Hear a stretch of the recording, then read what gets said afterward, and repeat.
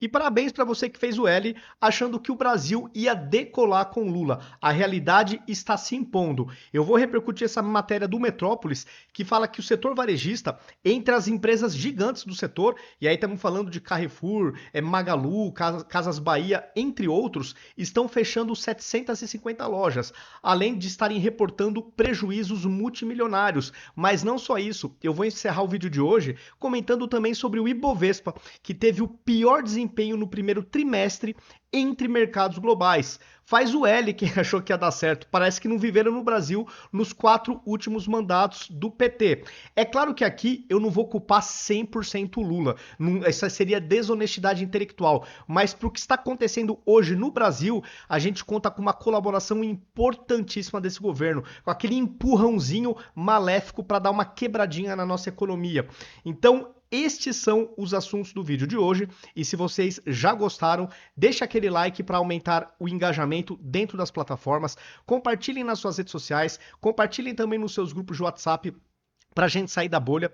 Verifiquem se vocês estão inscritos em todas as minhas redes, verifiquem se as notificações estão ativas em cada uma delas e vamos entrar para os assuntos do vídeo de hoje, começando por essa matéria do Metrópolis que fala o seguinte: em crise, gigantes do varejo fecham mais de 750 lojas. Veja rankings. Eu vou ler aqui alguns trechos da reportagem, não toda ela, mas alguns trechos, só para vocês verem.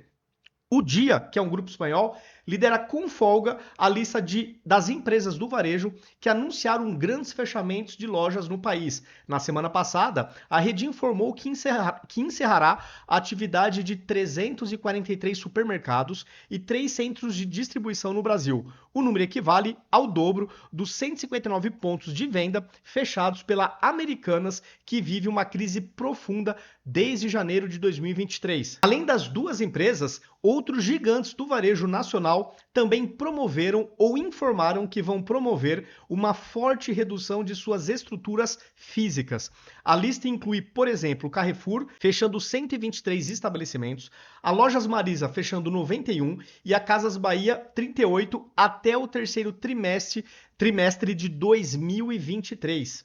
Aqui no tópico de lojas não rentáveis da reportagem, fala o seguinte: no Carrefour, o anúncio do encerramento da atividade de 123 supermercados foi feito na divulgação do balanço da empresa em 20 de fevereiro. Na ocasião, foi anunciado um prejuízo líquido de 565 milhões de reais, meio bilhão, B de bola, bilhão em prejuízo. No quarto trimestre de 2024, o resultado representou uma queda dramática em relação ao mesmo período do ano anterior, quando a rede obteve um lucro líquido de 426 milhões. No caso da Marisa e da Casas Bahia, as duas empresas passam por um processo de reestruturação. Na última semana, a Marisa divulgou uma prévia dos resultados do quarto trimestre, na qual aponta para uma queda de 28% nas vendas, na comparação entre as mesmas lojas, no quarto trimestre de 23 ante o mesmo período de 2022. A publicação do balanço do último trimestre de 23 da Casas Bahia estava previsto para o dia 13 de março, mas foi adiada para essa segunda, 25/3. No terceiro trimestre do ano passado, o último relatório contábil disponível, a empresa reportou um prejuízo líquido de 836 milhões, quase 1 bilhão, B de bola, galera. Um montante 311% superior ao constatado no mesmo período de 2022. Sobre o fechamento de 38 lojas até o terceiro trimestre de 23, a empresa informou ao Metrópolis por meio de nota que parte da estratégia do seu plano de transformação passava pela revisão de seu parque de lojas, visando garantir a viabilidade e o crescimento sustentável do negócio a longo prazo. Aqui também tem uma outra reportagem, se bem que eu até já comentei, mas só para mostrar como o setor está complicado, né? Também no Metrópolis falando o seguinte: Carrefour tem prejuízo de 565 milhões e quer fechar 123 lojas. E tem uma outra reportagem também, né, do Metrópolis: o que a Magalu e Casas Bahia estão fazendo para sair da crise. Pegando aqui alguns trechos dessa reportagem.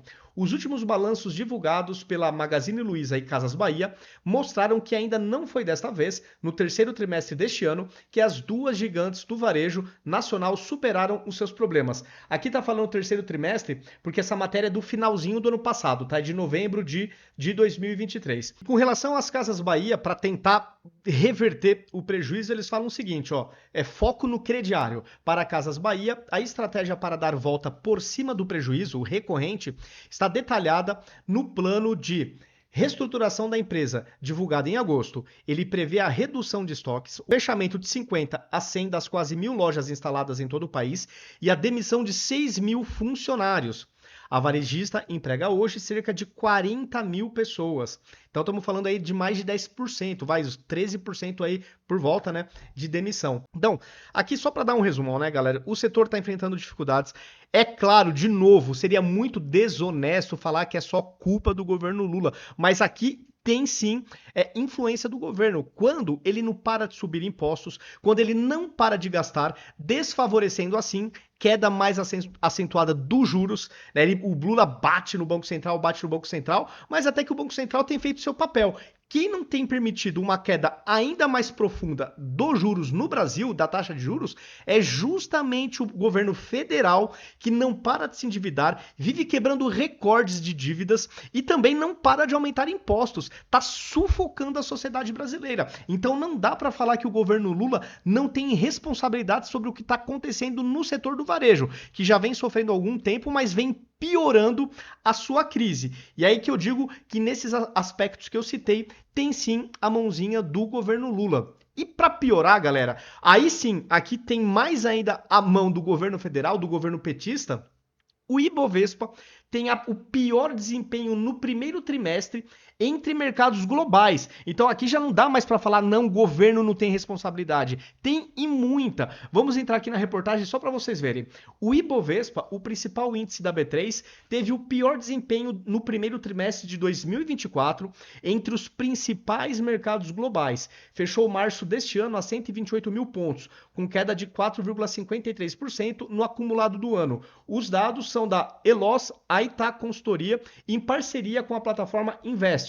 O levantamento contabilizou 41 bolsas de valores do mundo. Só 8 apresentaram recuo no último trimestre. Aliás, desculpa, no primeiro trimestre do último ano. Outros 9 índices obtiveram rentabilidade superior a 10% no mesmo período. E a gente caindo quase 5%. Aqui mostra, né? Índice com as maiores quedas no primeiro trimestre. E o Brasil, vergonhosamente, liderando a lista de quedas da Bolsa de Valores. Portugal caiu 1,81 nesse primeiro trimestre de 2024, China caiu 1,91, Hong Kong 2,97, Tailândia 3,21 e Brasil 4,53. E aqui a reportagem traz o consolidado do resultado do primeiro trimestre de 2024 das principais bolsas de valores do mundo. Então, o Dow Jones, nesse trimestre, subiu 5,62, Nasdaq 9,11, Standard & Poor's 500, 10,16. A da Alemanha, 10,46. Da zona do euro, 12,41. IBEX da Espanha, 9,63. Da Itália, 14,49. Do Reino Unido, 2,84. E Bovespa, Brasil, queda de 4,53. Japão, 20,63 positivo. Xangai, 2,23. Tem como ficar passando pano para esse governo? Será que a Miriam Leitão vai continuar fazendo aqueles malabarismos, o Globo de uma forma geral, dar aquelas batidinhas de leve e aquelas altas passadas de pano? Uma micro informação positiva é como se fosse aquela informação positiva. Agora, uma grande informação negativa do governo vira uma informaçãozinha quebrada em pedacinhos para bater de leve. Essa é a impressão que eu tenho. Existe uma estratégia até para não bater forte no governo quando ele merece ser duramente criticado. Os resultados estão aí. O varejo no Brasil, que já não estava bem, ficou ainda pior e os investimentos, a nossa bolsa de valores está sendo uma vergonha mundial. Bom, deixo para o consórcio passar o pano aí para o governo Lula, mas que a coisa está feia, galera, isso vocês não têm a menor dúvida. É isto. Coloquem nos comentários aí o que vocês acharam dos assuntos que eu abordei neste vídeo, a crise do setor varejista, o Ibovespa passando vergonha internacional. O que vocês enxergam disso? Vocês acham que tem muita ou pouca interferência, mãozinha do governo nesses indicadores terríveis e nesta crise do setor varejista? Coloquem aí a opinião de vocês e reforço, se vocês gostaram do vídeo, compartilhem nas suas redes sociais, nos seus grupos de WhatsApp para a gente sair da bolha. Verifiquem se vocês continuam inscritos em todas as minhas redes. Verifiquem se as notificações estão ativas em cada uma delas e até o próximo vídeo.